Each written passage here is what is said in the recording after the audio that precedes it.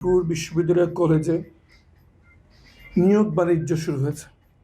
এখানে শিক্ষক পদে নিয়োগ দেওয়া হবে এই বলে সরকার দলীয় কিছু দুর্নীতিবাজ বিপদগামী লোক সাধারণ লোকদের কাছ থেকে পয়সা উঠাচ্ছে এবং বিভিন্ন মেরামতের নামে লুটপাট হচ্ছে বলে স্থানীয় বাসিন্দারা আমাদের কাছে অভিযোগ করেছে। আমরা এই দুর্নীতির প্রতিবাদ করেছি এবং এই দুর্নীতির মাধ্যমে যেন কোনো নিয়োগ না হয় এই জন্য আমরা উদ্যোগ গ্রহণ করেছি। এটা হচ্ছে আমাদের দোষ। এই জন্য স্থানীয় দুর্নীতিবাজ সরকার দলের কিছু লোকজনের পেটোয়া বাহিনী আমাদের ভাইদের উপর দেশীয় অস্ত্রশস্ত্র নিয়ে হামলা চালায়। তাদের মধ্যে 2 জন গুরুতর আহত হয়ে হাসপাতালে ভর্তি রয়েছে। তাদের মধ্যে একজনের অবস্থা খুবই গুরুতর, উনি জীবন মৃত্যুর সন্ধিক্ষণে আছেন। যিনি সবচেয়ে গুরুতর আহত উনি একটি বড় ফার্মাসিউটিক্যাল কোম্পানির সিনিয়র মার্কেটিং এক্সিকিউটিভ পদে আছেন। আরেকজন যিনি গুরুতর আহত হয়ে এখন হাসপাতালে ভর্তি ব্রেন ড্যামেজ নিয়ে, উনি একটি প্রাইভেট ইংলিশ মিডিয়াম স্কুলের প্রতিষ্ঠাতা ডিরেক্টর। আমাকে বলুন, এই ধরনের লোকরা কি কোনোদিন হামলা চালাতে যায় কোথাও? এই অভিযোগ দিয়ে তাদের উপর হামলা চালানো হয় যে তারা নাকি হামলা করতে চেয়েছে। আসলে দুর্নীতির প্রতিবাদ করেছিলাম আমরা। এই জন্য আমাদের উপর হামলা চালিয়ে পূর্ব পরিকল্পিতভাবে একটি শোডাউন করে আমাদের উপরে দোষ চাপান হচ্ছে আমরা নাকি বহিরাগত হিসেবে যাওয়ার চেষ্টা করছি। বাস্তবতা হচ্ছে এই যে সরকার দলীয় কিছু বিপদগামী লোক এইসব প্রতিষ্ঠানকে লুটপাট করে এর তহবিল শূন্যের কোঠায় নিয়ে যাচ্ছে।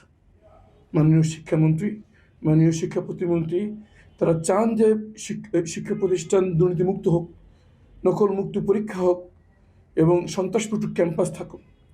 কিন্তু স্থানীয়ভাবে কিছু বিপদগামী দুর্নীতিগ্রস্ত লোকদের কারণে আজকে পুরো দলের বদনাম হচ্ছে।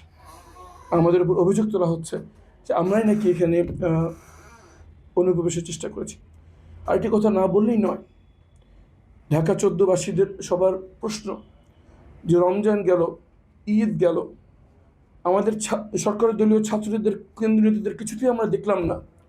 আর এখানে স্থানীয় নির্বাচিত জনপ্রতিনিধি দুর্নীতির ব্যাপারে দুর্নীতির ব্যাপারে প্রতিবাদ করলেন আর তার জন্য মিছিল করার জন্য কেন্দ্রীয় নেতারা এসে হাজির। প্রশ্ন হচ্ছে, এই যে দুর্নীতি হচ্ছিল এখান থেকে কোনো লভ্যাংশ কি তাদের কাছে যাচ্ছিল? এটা এলাকাবাসীর প্রশ্ন। তাহলে মানুষের দুঃখ কষ্টে কোনো কেন্দ্রীয় নেতাদেরকে আমরা পাই না, কিন্তু দুর্নীতির প্রতিবাদ করে তারা এসে মিছিল করেন এবং মিথ্যা অপবাদ জারি করেন। আরেকটি কথা উল্লেখ করা প্রয়োজন যে যিনি এখানে প্রিন্সিপাল পদে প্রিন্সিপাল আছেন তার আচরণ একটি দলীয় কর্মীর মতো কেমন করে হয়? উনি সরকার দলীয় ছাত্রদের সাথে কোলাকালি করছেন, পারে হয়তো কদমঘুচি করেন।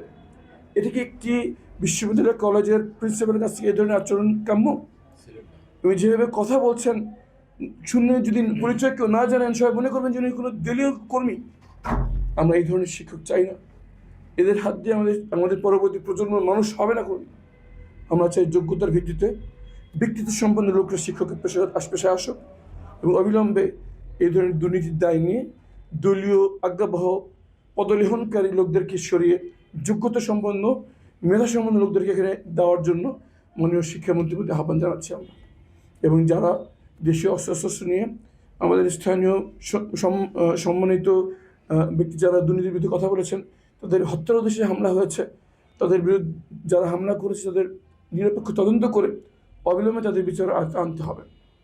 এবং শিক্ষামন্ত্রীকে আহ্বান জানাবো অবিলম্বে এই প্রতিষ্ঠানে একটি নিরপেক্ষ অডিট করা হোক, যাতে কে কীভাবে দুর্নীতি করেছে সেটা আইডেন্টিফাই করে এদের ব্যবস্থা গ্রহণ করা যায়।